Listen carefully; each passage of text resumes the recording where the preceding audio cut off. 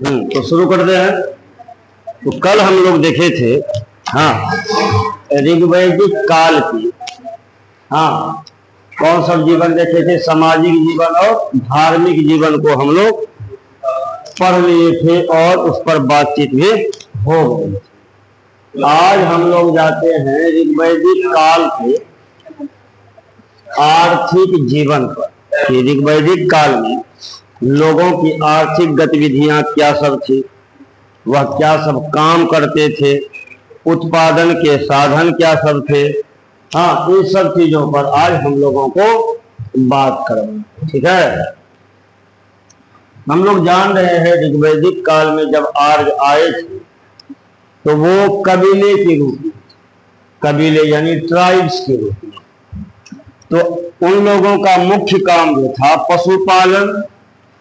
ठीक, कबीला है तो भी अस्थायी रूप से कृषि कार्य नहीं होगा, खेती का काम नहीं होगा।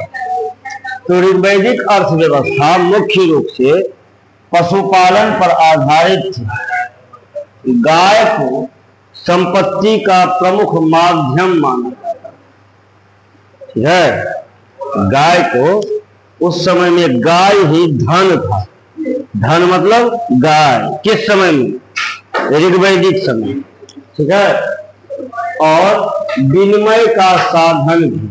ठीक, गाय ही मुद्रा भी था, गाय ही धन थी, मतलब आर्थिक गतिविधियों में, क्योंकि पशुपालन मुख्य पेशा था और उस पशुपालन में मुख्य पशु कौन था?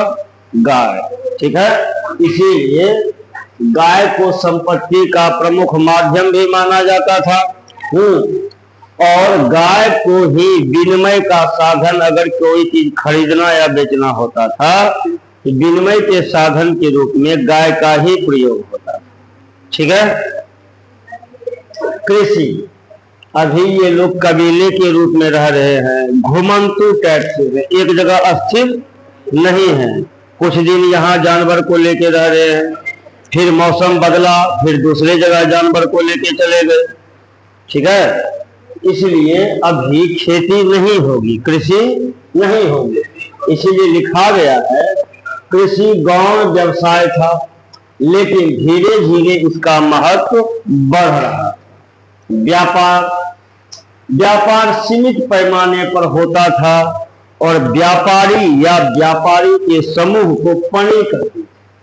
पणियों नामक एक वर्ग था जो व्यापार करता था। अगर पूछ दे पणी क्या होता है तो व्यापारी या व्यापारियों का समूह को क्या कहते थे?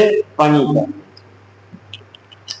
थे। वैदिक समाज में जब हम देखेंगे उद्योग और शिल्प, इस समय में लकड़ी के काम, मिट्टी के बर्तन, धातु के काम, मुख्यतः तांबा और कांसा। ध्यान रखना है, लोहा नहीं होगा अभी लोहा की प्राप्ति नहीं होगी। और बुनाई जैसे शिल्प प्रचलित थे। ठीक है, भिखारियों और कृषिदासों का अभाव था। इस समय में भिखारियों का उल्लेख कहीं नहीं मिलता है, न ही कृषि दास मिलते हैं जिनको बंधुआ मजदूरी करने के लिए हम मजबूर कर सकें। ठीक, ये था ऋग्वैदिक कालीन आर्थिक जीवन। ठीक, सामाजिक जीवन को देख चुके हैं, अब आते हैं हम लोग धार्मिक जीवन। ठीक, ऋग्वैदिक कालीन समाज में लोगों का धार्मिक जीवन कैसा था, वह किन किन धार्मिक क्रियाकलापों को करते थे, किन किन प्रमुख देवताओं को मानते थे, इन सब के बारे में आते थे। ऋग्वैदिक कालीन लोग जो थे, ध्यान रखना है, वह प्राकृतिक शक्तियों की पूजा करते थे। जैसे हवा, बारिश, पानी, अग्नि की पूजा करते थे। मंदिर या मूर्ति पूजा का कहीं कोई प्रमाण नहीं मिलता। ठीक, किस काल में? ऋग्वैदिक काल में। ऋग्वैदिक काल में मंदिर या मूर्ति का कोई प्रमाण नहीं मिलता है। तो क्या कभी सोचे हैं कि जब उस समय में मंदिर नहीं था, मूर्ति नहीं थी, तो फिर ईश्वर खुश कैसे होते थे? ठीक। और मंदिर और मूर्ति का अस्तित्व बाद में आया। इसका मतलब है ईश्वर को खुश करने के लिए मंदिर और मूर्ति की आवश्यकता नहीं है। और यह बात कहाँ दिख रहा है? ऋग्वैदिक काल में स्पष्ट संकेत दे रहा है कि मंदिर या मूर्ति पूजा का कोई प्रमाण नहीं है। यह मंदिर या मूर्ति पूजा की शुरुआत जो है यह गुप्त काल से शुरू हुई है। किस काल से? गुप्त काल से। प्रमुख देवता में आ जाते हैं। प्रमुख देवता में इंद्र सबसे प्रमुख देवता थे। हाँ, यह युद्ध और वर्षा के देवता थे। इंद्र को कौन सा विभाग मिला हुआ था? युद्ध और वर्षा के। ऋग्वेद के लगभग 250 सूक्त इंद्र को समर्पित है। ऋग्वेद में जितने भी श्लोक हैं उन श्लोकों में से 250 श्लोक जो है वह इंद्र भगवान को समर्पित। क्लियर? पूछ देता है, एग्जाम में पूछेगा कि ऋग्वेद में इंद्र के नाम से कितने श्लोक है? 250। ठीक है।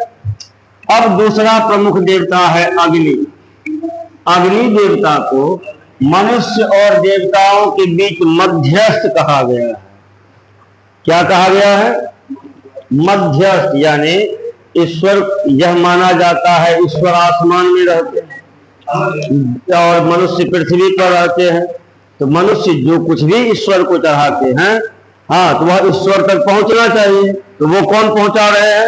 अग्नि। आप देखते होंगे हवन सब में, हाँ, लोग अग्नि में सारी आहुतियां डाल देते हैं। इसलिए डालते हैं कि लोगों को यह विश्वास है कि अग्नि देवता हमारे दी हुई आहुति को ईश्वर के पास पहुंचा देंगे। ठीक है। अग्नि के नाम से 200 सूक्त समर्पित है ऋग्वेद में। और इंद्र के नाम से कितने? अग्नि के नाम से 200। क्लियर है।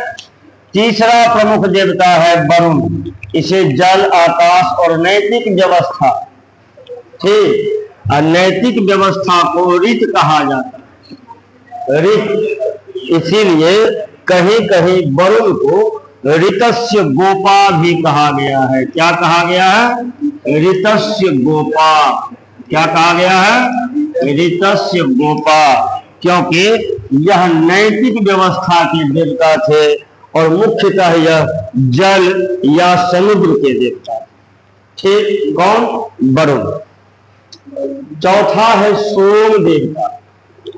हाँ, यह पौधों और एक विशेष प्रकार के पेय के देवता थे। वैसे वर्तमान समय में लोगों का यह मानना है कि सोम का पौधा जो होता है वह भांग का पौधा कहा जाता है। ठीक। वह एक विशेष पेय के देवता थे। पेय मतलब पीने वाली थी।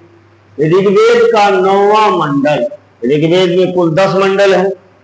ऋग्वेद का जो 9वां मंडल यानी 9वां अध्याय, ठीक, वो सोम देवता को समर्पित है। किस देवता को समर्पित है? सोम देवता को। और इंद्र, अग्नि, वरुण और सोम, इस 4 प्रमुख देवता के अतिरिक्त और अन्य देवता थे, जिसमें कि सूर्य, कुशन, विष्णु, उषा, अश्विन और रुद्र का नाम आता है। जिसमें उषा जो थी वह एक देवी थी जिसे कि प्रभात की देवी यानी सुबह की देवी की संज्ञा मिली थी। और रुद्र जो है इसे पशुओं के देवता के रूप में प्रतिष्ठा मिला था। और मरुत को तूफान के देवता के रूप में प्रतिष्ठा मिला था। ठीक। ये सभी देवता ऋग्वैदिक काल में, हाँ, प्रतिष्ठित थे। लेकिन सबसे ज्यादा चर्चा में सबसे ज्यादा लोकप्रिय भगवान कौन थे? तो इंद्र, अग्नि, वरुण और सोम। ठीक है। अब आजा यज्ञ और अनुष्ठान। हाँ, ऋग्वैदिक समाज में यज्ञ और अनुष्ठान उतना ज्यादा आडंबरपूर्ण नहीं था। पूजा का मुख्य उद्देश्य जनसंख्या में वृद्धि करना, पशुओं की रक्षा करना, और बीमारियों से बचाव करना था। ठीक, लोग जो पूजा करते थे तो पूजा करने के पीछे उनका मुख्य उद्देश्य यही था कि उनकी जनसंख्या बढ़े, हाँ, और उन सबों का धन था, पशु ही धन था, तो पशुओं की रक्षा हो और बीमारियों से बचाव हो।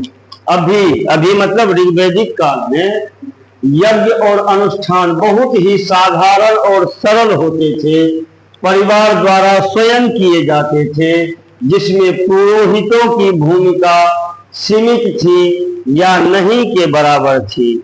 जैसे अभी देखते होंगे कि कोई भी आप धार्मिक कर्मकांड करते हैं तो आपको पुरोहित की आवश्यकता होती है ना। लेकिन ऋग्वैदिक काल में ऐसी व्यवस्था नहीं थी, लोग स्वयं ही धार्मिक कार्य संपन्न कर लेते थे। ठीक, अब आते हैं नैतिक आदर्श। धर्म केवल उपासना पर आधारित नहीं था। हाँ, खाली ये नहीं कि भगवान का पूजा पाठ कर लिए, मंत्र पढ़ लिए, श्लोक पढ़ लिए, हो गया, नहीं, बल्कि नैतिक आदर्शों पर भी जोर दिया जाता था। और गौर करना है कि पाप से बचने के लिए देवताओं से प्रार्थना की जाती थी। ठीक, उस समय में धर्म का मतलब केवल पूजा पाठ या उपासना नहीं था, बल्कि नैतिक आदर्शों पर जोर दिया जाता था, यानी मोरल वैल्यूज पर जोर दिया जाता था। हाँ, आप दोनों पीछे में बात भी कर रहे हैं, पढ़ने में मन नहीं लग रहा है। हाँ, अभी अगर हमारा कैमरा मैन होते हैं, मैं कहता दिखाइए थोड़ा सा दोनों का चेहरा कैसा लग रहा है, थोड़ा सा ध्यान दिया जाए मुझे, ठीक है। उस समय में लोग, यही नैतिक आदर्श की बात हो रही है, मोरल वैल्यू। ठीक, ये नैतिक आदर्श क्या है?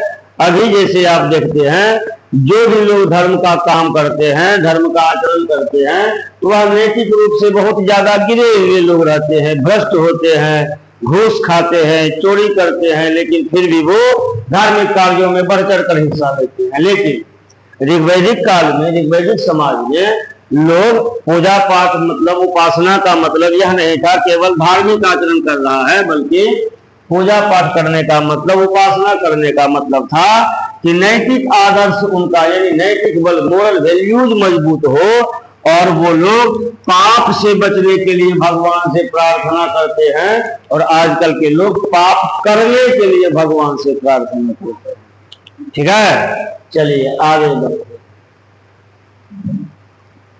अन्य महत्वपूर्ण बिंदु आज इतना कर लेते हैं, तो फिर अगला चीज उत्तर वैदिक काल आएगा। हाँ, चलो आज हम लोगों का 2 क्लास में ऋग्वैदिक काल खत्म हो गया, और अगर हम लोग समय पर क्लास को शुरू करते हैं तो हम उम्मीद करते हैं कि बहुत जल्दी एंशिएंट इंडिया आपका कवर।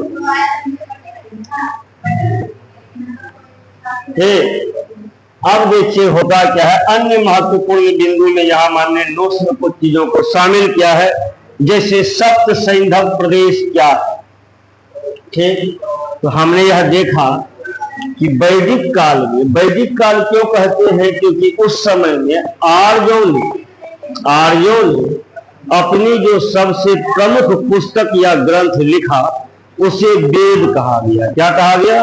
वेद। और ये वेद जिस काल में लिखे गए, ठीक, उसे वैदिक काल कहा गया। क्या कहा गया? वैदिक काल कहा गया। तो वेद लिखे कौन? आर्य, ठीक, जिसे इंग्लिश में आर्यंस कहा जाता है। ठीक, अब आर्य जो आए मध्य एशिया से आए, तो इसके पीछे भी कई सारी तर्कें हैं। जहां से भी आर्य आए तो सबसे पहले भारत के किस हिस्से में, तो वो हिस्सा कहलाया कौन? सप्त सैंधव प्रदेश। आज सबसे पहले उत्तर पश्चिम क्षेत्र में, हाँ, अगर यह भारत है, हाँ, तो इस तरह पर भारत में आज का उत्तर पश्चिम क्षेत्र में आकर बसे, जिसे सप्त सैंधव प्रदेश कहा जाता है। उसकी 7 सहायक नदियां, यानी सिंधु और उसकी 7 प्रमुख सहायक नदियों के संगम पर जो वो लोग आकर पहली बार रुके, कौन? तो आर्य, उसे ही क्या कहा गया? सप्त सैंधव प्रदेश। ओके, दूसरा है नदियां। ऋग्वेद में 25 नदियों का उल्लेख। कितनी नदियों का? जिसमें सिंधु सबसे प्रमुख नदी है, लेकिन सरस्वती को सबसे पवित्र नदी माना गया है, इसीलिए सरस्वती को नदी तमा कहा गया है। क्या कहा गया है? नदी तमा, जो कि इसका मतलब है नदियों में सर्वोत्तम या नदियों में प्रमुख। कुछ प्रमुख नदियों का नाम जैसे झेलम अभी भी है, तो झेलम का नाम ऋग्वेद में वितस्ता के नाम से है। परुष्णी, रावी का नाम परुष्णी के नाम से है। सतलज का नाम शतुद्री के नाम से है। व्यास का नाम विपाशा के नाम से है।